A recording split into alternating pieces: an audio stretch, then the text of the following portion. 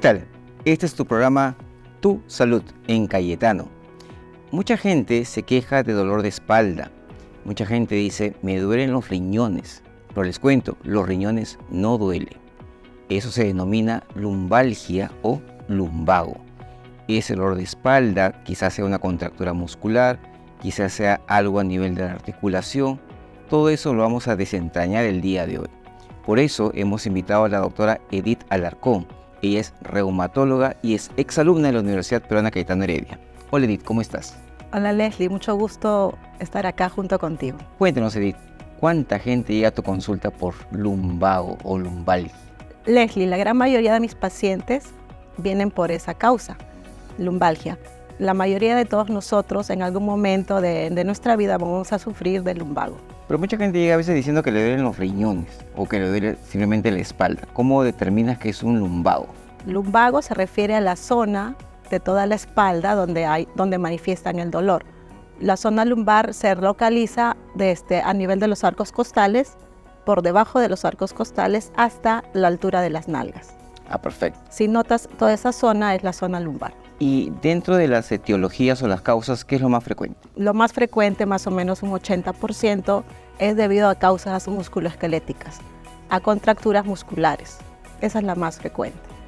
La menos, siempre hay que tener en cuenta las más raras.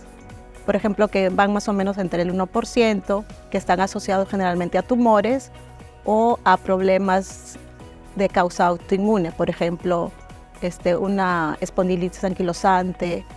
En eso van asociados más a lumbalgias inflamatorias. El sedentarismo, la gente que está presentada todo el día, normalmente uno no está pues todo derechito, tiesecito, todo bonito, sino pues que está todo, valga la palabra, desparramado en la silla.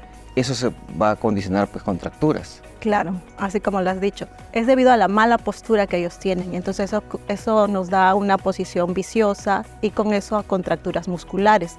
Y eso generalmente es la principal causa que produce las lumbalgias. ¿Cuál sería la primera aproximación diagnóstica para estos pacientes? ¿Qué es lo primero que tiene que hacer el médico con estos pacientes? Primero indagar las características del dolor, ¿no? Primero la zona, si el dolor solo se queda arriba en la zona lumbar, si el dolor baja hacia las piernas, si es un dolor asociado a que le quema o que le adormece las piernas o que sienten hormiguitas, es porque está asociado a un dolor neuropático. Entonces ahí hay que buscar causas que estén irritando al nervio que sale de la columna, ¿no? Entonces ahí el manejo va a ser diferente. Por ejemplo, aparte hay que buscar signos de alarma en estos pacientes. Por ejemplo, si es una paciente mayor de edad que tiene osteoporosis y que de pronto tiene un dolor lumbar intenso, hay que ver que no tenga, por ejemplo, una fractura vertebral que esté asociado a esa lumbalgia. Por ejemplo, si es un paciente con cáncer que viene con dolor lumbar, también hay que ver que no tenga asociado a metástasis, asociado a su problema de neoplasia. Eso implica entonces que yo tengo en esta parte que tú mencionas de la espalda, hueso, tengo el músculo y dentro del hueso que es la columna tengo la médula y que en esta médula que sale por los nervios por el huesito tengo que revisar la parte muscular, la parte ósea y la parte del nervio. Sí. Las tres cositas. En esta lumbalgia donde el nervio está comprometido sería una lumbalgia con una ciatalgia, por ejemplo, ¿no? Con el nervio ciático. Sí. Entonces ahí el enfoque y manejo va a ser diferente que una lumbalgia por contractura muscular. Entonces es importante, lo primero, el examen clínico. Sí, el examen clínico, tú lo has dicho. También cómo describen ellos el dolor. Aparte de ahí examinamos, vemos qué zonas están con contractura muscular, porque a veces también hay dolor lumbar y cuando el dolor lumbar se hace crónico, el dolor se irradia hasta el cuello. Entonces todo eso es por contractura muscular generalmente. Te pasa a ti muchas veces, me imagino que te pedirán receta o consulta por teléfono. Por lo tanto, una lumbalgia requiere más que una llamada, es decir, me duele la espalda, no es suficiente. Te tienen que describir su dolor. Eso sí, tienen que ser, cuando ellos te ayudan, un paciente para poder ayudarlo, te tiene que describir bien cómo es su dolor. Entonces tenemos que preguntarles, ¿con qué hace que ese dolor se haga más intenso? con qué el dolor hace que esté baja el dolor, si al reposo o cuando hace alguna actividad. Eso es muy importante, porque cuando hay dolor lumbar al reposo nos está guiando hacia cierto tipo de patología. Por ejemplo, las que están asociadas a enfermedades autoinmunes, como la espondilitis anquilosante.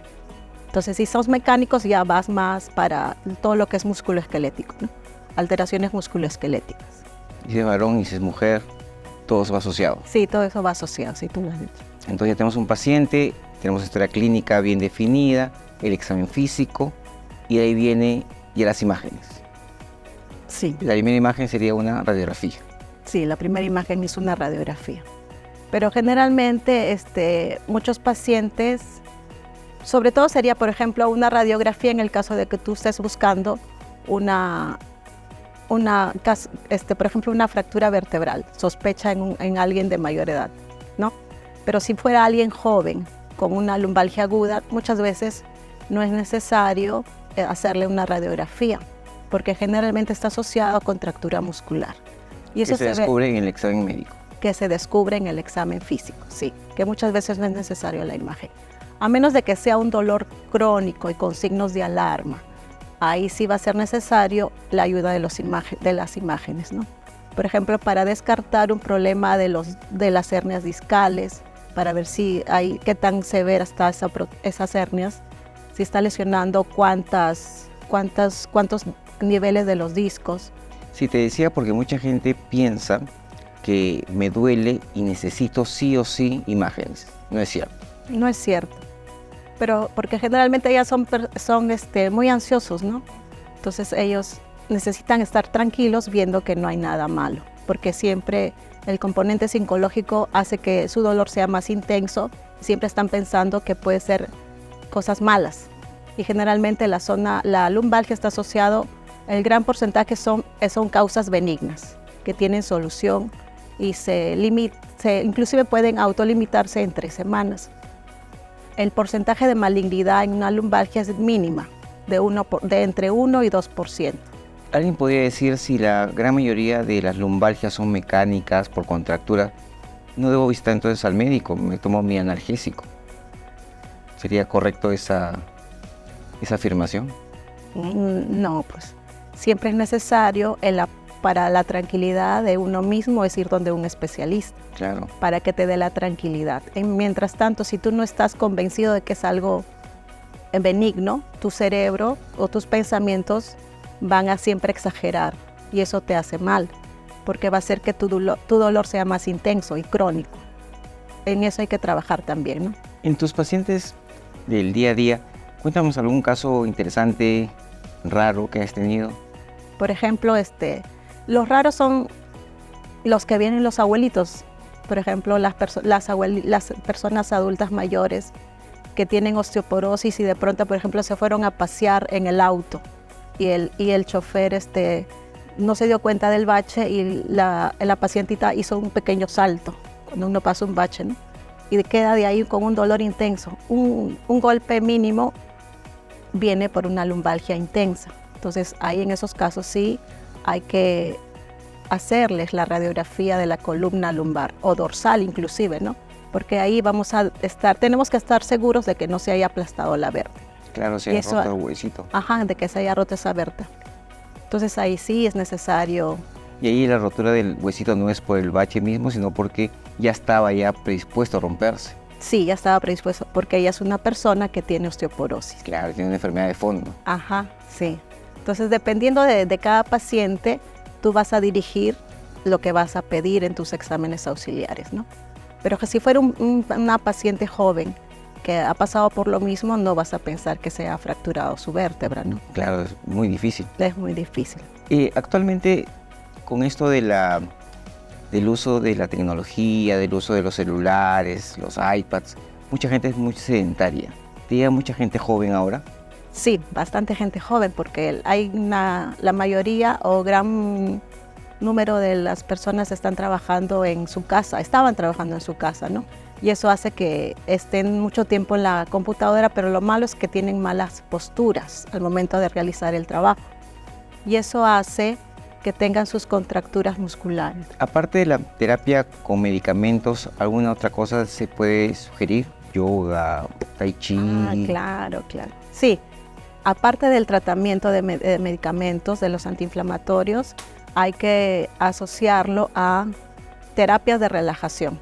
Por ejemplo, como tú lo has dicho, yoga, tai chi, meditación. Y también, si es necesario, también le ayuda lo que es terapia física. Dirigirlos para que vayan a hacer terapia física con magnetoterapia, sobre todo. Les ayuda bastante todo eso. Sí, porque mucha gente, a pesar de que uno le da, por ejemplo, la medicación, no es suficiente, porque desafortunadamente sigue en la misma rutina. Porque el medicamento solo te va a aliviar mientras tú estés con la medicación. Pero si tú no has cambiado la actitud o tu movimiento de cómo te sientas o de cómo duermes o cómo estás mirando la tele o por si tienes muchas posiciones viciosas al usar el celular, por ejemplo. Todo eso va a hacer que regrese nuevamente la contractura muscular y con ello el dolor. Por eso hay que mejorar esa parte también. Si la gran mayoría son musculoesqueléticas por contractura muscular, por malas posturas, vayámonos ahora a las otras enfermedades, ¿no? Por ejemplo, las reumatológicas. Tú has mencionado la espondilitis anquilosante. ¿Es mayormente en varones o en mujeres? Se ve más en varones y en varones jóvenes, que generalmente ¿cómo se presentan estos pacientes? Les duele, por ejemplo, dolor cervical, si es crónico y es muchas veces progresivo, o también les duele la espalda. Y lo característico de esta lumbalgia es que es una lumbalgia que va a presentarse cuando él está descansando, cuando está en reposo. En cambio, la lumbalgia por contractura muscular es cuando está haciendo sus actividades diarias.